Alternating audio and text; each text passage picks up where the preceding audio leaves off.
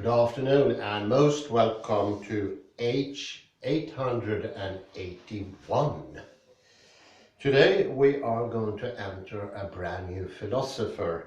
It's the philosophy of Levinas, and we are going to discuss the other. We start with a sort of successor to Levinas. Her name is Karen Barad, and she made something called Epistemology. And I discovered during these years I've tried to study philosophy. The best way of start with a philosopher is not to read him or her itself, but to read an interpreter. Later you can adjust, but it's very hard to go to the philosopher himself or herself directly, especially if we are talking about the continental philosophy, which is considerably more complicated than, for instance, analytical philosophy. Epistemology, it's a mouthful, no doubt. This points to the inseparability between ethics, ontology, and epistemology. And this is when we are engaging in scientific knowledge production, with scientific practices, and with the world itself and its inhabitants, human and non-human beings that interactively constitute the world.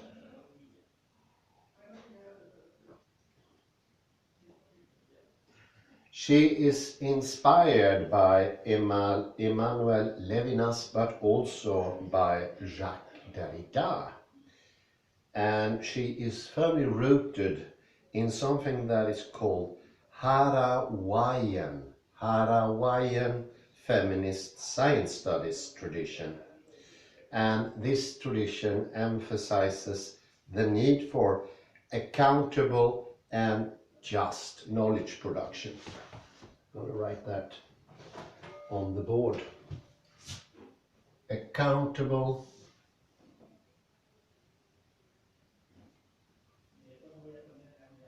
I'm just going to write just knowledge production.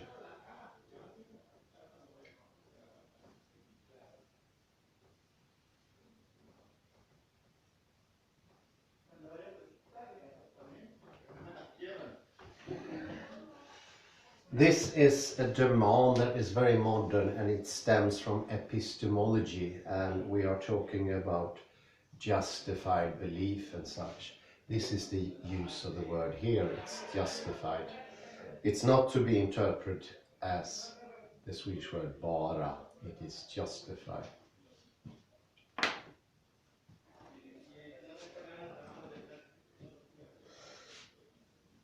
And this is based on the idea that one cannot but ethically engage with the world. This has a very central role. Ethics come into the game. And this is actually a bit new to me.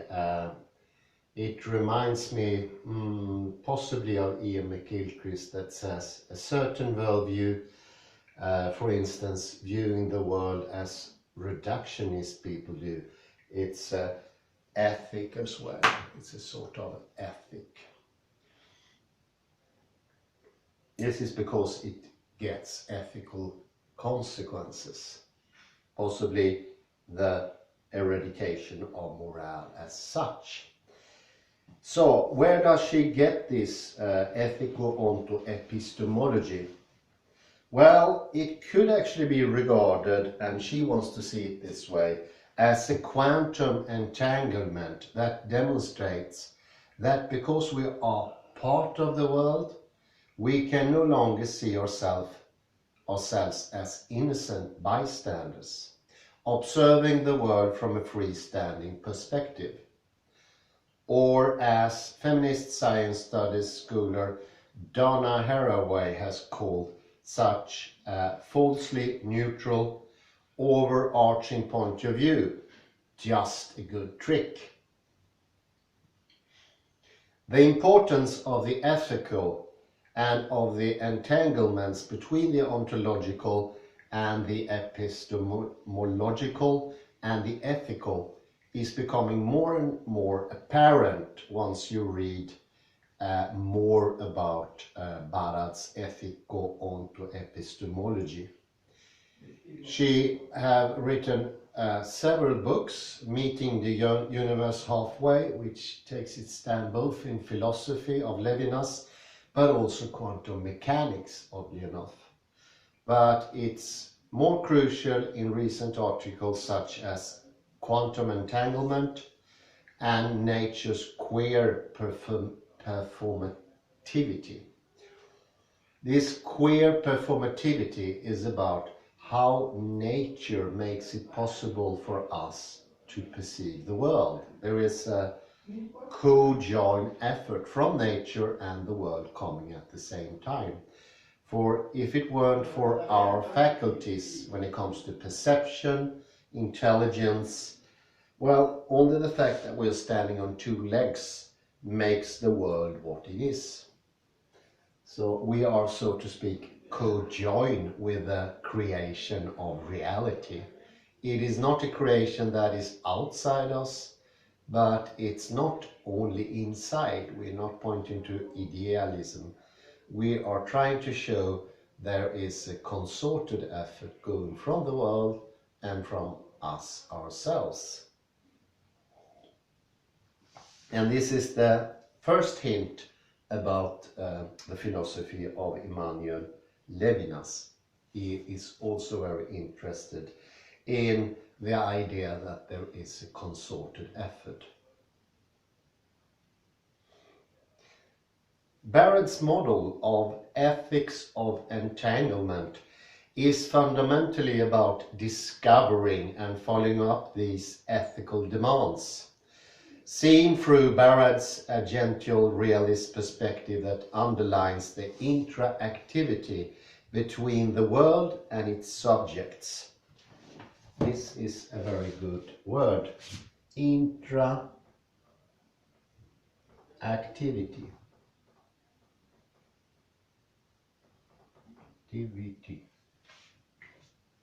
It's between two agents, the world and its subject. Often referred to in Barrad's work as phenomena. And there is also an immediate indebtedness to the other. Other is a very typical Levinas word. The other, the andra. And that cannot be expressed in economic terms or with the motto do u det. I don't understand that. Do u det. I do, so you and I give, so you will give. Okay. According to Barrad's point of view, entanglements are relations of obligation, and hence our ethical debt towards the other with a big O is interwoven into the fabric of the world. And here is the second Levinas term. I'm going to write it up. An other, always with a big O. This is one of Levinas' major neologisms. Barrad's new materialist ethics overlaps with Levinas and Derrida's urge to rethink ethics outside an a priori sketch-out model of formal rules and calculations. The ethical for all free thinkers is instead related to the subject that is being interrupted in her or his actions, and is all about reckoning with ghosts from the past and the unexpected, the disjoint, and what could happen in one word. What could happen? Yet, and this is important, because of Barrett's agential is like an agent, be the adjective of agent, agential, realist thinking together of ontology, epistemology and ethics. Her ethical model, unlike the Derridian and Levinasian models, is also radically post-humanist. The post-humanist is a phrase we only mentioned once before, and that was like 400 lectures ago. I will come back to post-humanist, it needs some explanation. The face of the other for Barrett, first of all, should not be limited to the face of a human being, formally symbolized by Levinas' stranger. Another Levinas phrase, stranger, also with big S.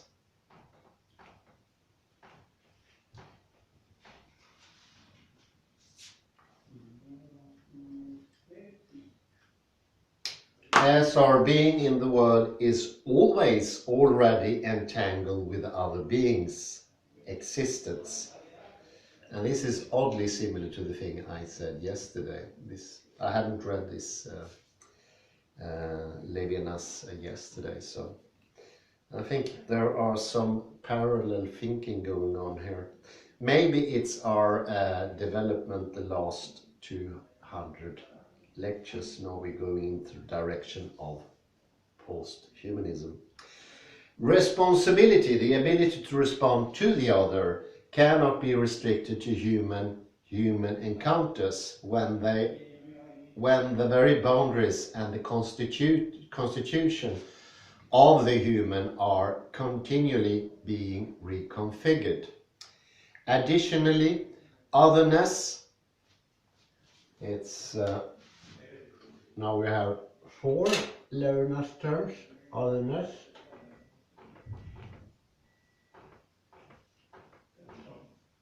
otherness is not only the property of being other, it's a whole movement, it's a gesture. Often expressed as the self/other cut in the Western philosophical tradition. In Barredian ethics, a model inspired by the queering combination of quantum physics and Derridian difference, never exist a priori, meaning that otherness never comes from below or from above, but from within, interactions between the world and its being. And the last thing is very interesting. It's a little bit like the Klein bottle. In a way, if you look at the Klein bottle, the difference comes from within. The creation of subject and object, inner and outer, is a creation of the Klein bottle itself, not something outside the Klein bottle. And I think this is remarkably similar, because that's the very point of the Klein bottle. Difference is not stemming, well, at least not only from something outside of it.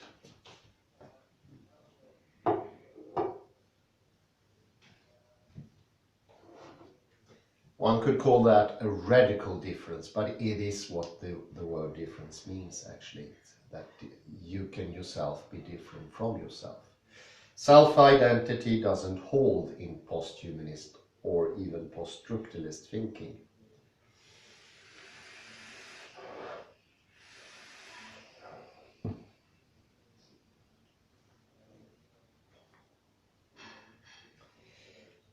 I'm going to take some more words here. I'll see how many I will mention, because there is a multitude.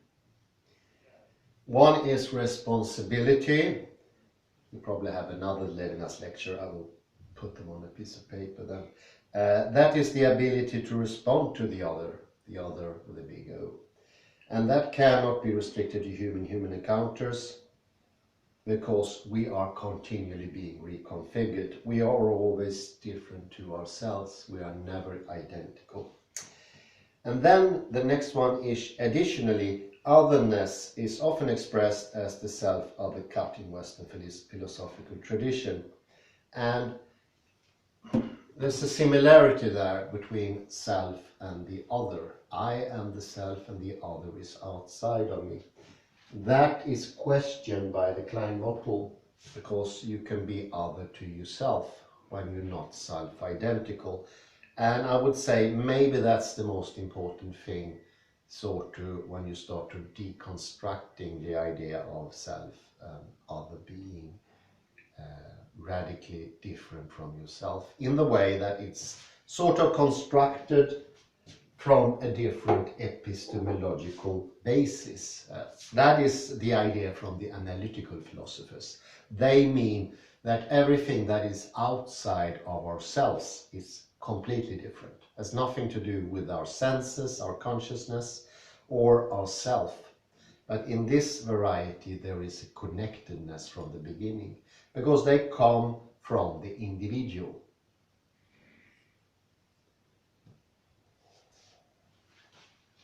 Actually, this makes it easier to sort of demonstrate the regular Western metaphysical position with the ontological idea.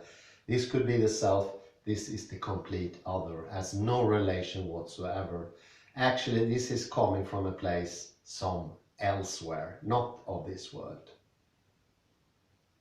And compare that to being entwürft, always already been in the world. That means much more connectedness.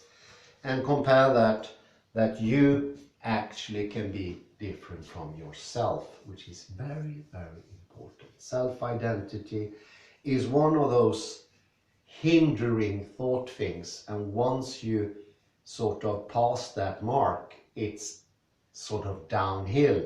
And when I say downhill, I don't mean it in a bad sense. I mean it's going to get easier to walk.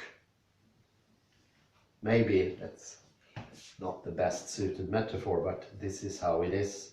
Once you get over self-identity, it's easier.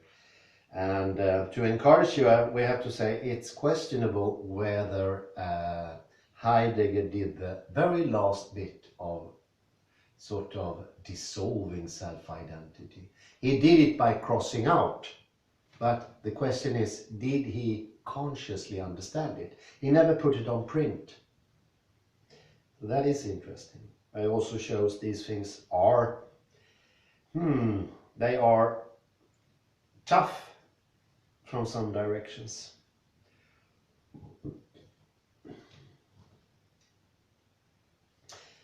The responding to obviously cannot be disconnected from the Levinasian call for ethical accountability and care that arising when perceiving the face of the other. But the agential realist version of responsibility at the same time moves beyond responding to the human other's call and relates to an instantaneous accountability that all beings share in their interactions with the world, as we are all in and part of the world's becoming. A becoming that for Barad in the end is a matter of morality. This is truly an ethics of wordling. When I say wordling, it means a word in making, like a verb. Wordling, it ends in gerund, and that means it's a progressive form of the word world. So she just made gerund of a subject, of a noun, which is good. That starts from a relational, situated and embodied model of the intersubjectivity. And that reveals how ethics, being and knowing no longer can be separated. And the latter is exactly what Barrett's notion of ethical onto-epistemology wishes to express. And if we, to conclude, were to follow up this radical idea, we would first of all discover that there is a corresponding inseparability of politics, theory and differing methodologies in new materialist thought as well. Well, that has happened. And secondly, that such a Boradian take on ethics, ontology, and epistemology could eventually lead us to new feminist materialist models of ethical politics, in which the traditional Western philosophical dualistic self-other paradigm and the debates on subjectivity, identity, and difference could potentially be profoundly transformed.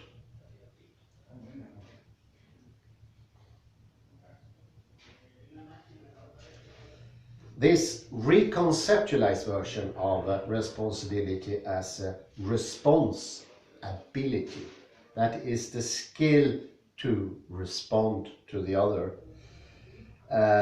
This is very Leibnizian in nature, and you can compare that to Levinas in Totality and Infinity, one of his most famous books. And it constantly relates and take up responsibility to answering to the call of the other. This notion has later been picked up in a more posthumanist matter by Derrida, who refers to it in his The Animal That Therefore I Am article from 2002.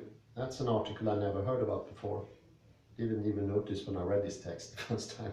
This article touches upon the question of animal and its suffering in relation to the human, without, however, referring to the exact notion of responsibility. This, by the way, is the article that Haraway cites when using the notion of responsibility in relation to non-human beings and their supposed killability in her book When Species Meet in 2008. I'm going to put some keywords up here.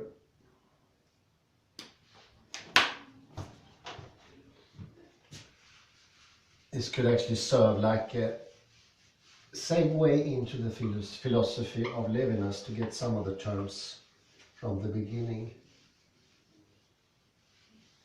Levinas is not as tough as Heidegger. I already noticed that. Could be somewhat of a...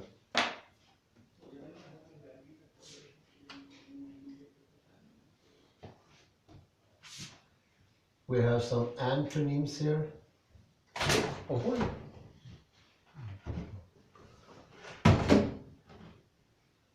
Antonyms.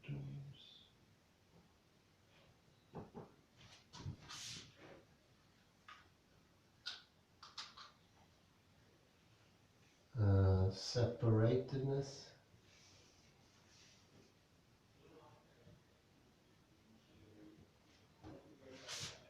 Atomism.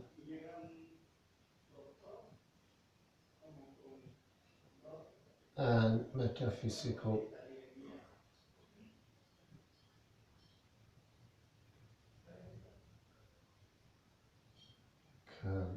individualism.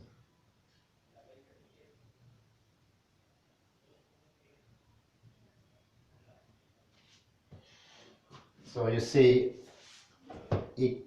it's sort of in contrast to the separatedness, the atomism of reductionism that is very common, and of course what something is called metaphysical individualism. Metaphysical individualism, I would say, is the idea that you're completely separated from the world and you can look upon it like you've never been into that world before.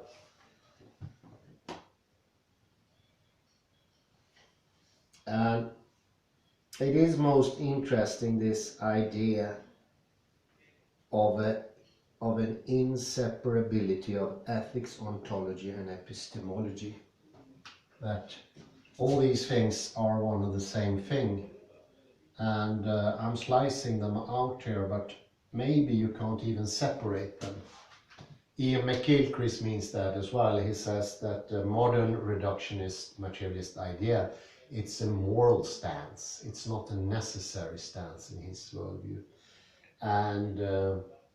I'm not going to say anything about that, but I can assure you, when I studied something in Swedish, only in Sweden and Finland, and have a specific division, and it's age old, but something they call practical philosophy and something they call theoretical philosophy. And this is very, very odd. I thought it incredibly odd. How on earth could those things be separated? And of course, if you start at the institution and that separatedness even is in the schedule, but you have to apply for the different subjects from different directions. And the head of each subject are different people. Of course, that separatedness is ingrained even in the very building, different halls and everything. Practical philosophy, no connection to the real world, no connection to anything else but human feeling, nothing else. And that practical philosophy, listen carefully now, that is ethics. This is what is meant by practical philosophy. So how the world is constructed doesn't matter at all for our morale. And I would say that is the most extreme, radical assumption anyone, at any time made. It's a radical assumption. I know it's a very common assumption, but it's incredibly radical. It's incredibly radical. Coming to an institution and they would say you have to follow the idea that the earth is flat, otherwise you can't go this course because it's about sociology in a flattened world. That would be less extreme than to say that ethics and how the world is constructed is completely different. And of course it has its consequences. The morale that is taught in practical philosophy is the idea that there is no morale at all. You do whatever you feel like. As long as you follow the laws, as long as there is some sort of arithmetic. This is an arithmetic. They borrowed from science, which I feel they should feel ashamed for. And they say you can count on morale, that's the only thing you can do, and the morale has to be different in different periods of individual life. And my old professor Tencho said you could do anything, you could kill a child. It's justifiable as long as there are more people having satisfaction of doing that than the suffering that you can count of the child. So it would be immoral, according to him, if there were only 100 people at the arena at the Colosseum, for instance, in Roman times. But if there were 50,000, and we asked him this question, it would be just to kill a baby. And this is actually the morale we have in Sweden today. He is a supervisor for the government, for ethics in health and all that. So this is the standard. I think there are very, very few people in Sweden that would object to this. Very few. None have seriously questioned this stance. But one can understand because it's already built into the system and has been for 100 years. Of course, this is very clearly established. And this Berridian onto ethical epistemology, he would just laugh at and say, where is the science in that, or something like that. And that was also one of the reasons quantum physics wasn't that appreciated in the institution. They were very strict materialist reductionist, and the Newtonian foundation should be obligatory. And he questioned, I don't think it was him, it was one of his disciples, questioned the idea of teaching quantum mechanics in school because that could eradicate the foundation we were standing on. This is odd as well. Well, I think I'm going to round off there, but his first take on Leibniz is very interesting because he focused on just the things that are extremely interesting. What is otherness? What is it to be different? And what should the relation be between me as a self and this other? And that's a moral question. It's also an ontological question, but it's also a question of knowledge, as Barad points out. What do we know? The knowledge will influence our choices. What our ontology will also influence, because if we are entangled, it doesn't make much sense in being mean to the other or doing things for your own sake only. And this is, of course, things coming from quantum mechanics. They actually show that it could be very negative effects on yourself if you do things to others because of entanglement. And also because of this levels going into each other in a very definite way. And this we cried out, I think, 50 episodes ago when we looked at the Matrushka. And the Matrushka is actually showing the true face. He's also talking about face as another Leibnizian expression. That's the true face of reality. Well, I think that's about it. Thank you very much, and I wish you a very pleasant, almost evening. Have a good night. Thank you, wonderful. Cheers.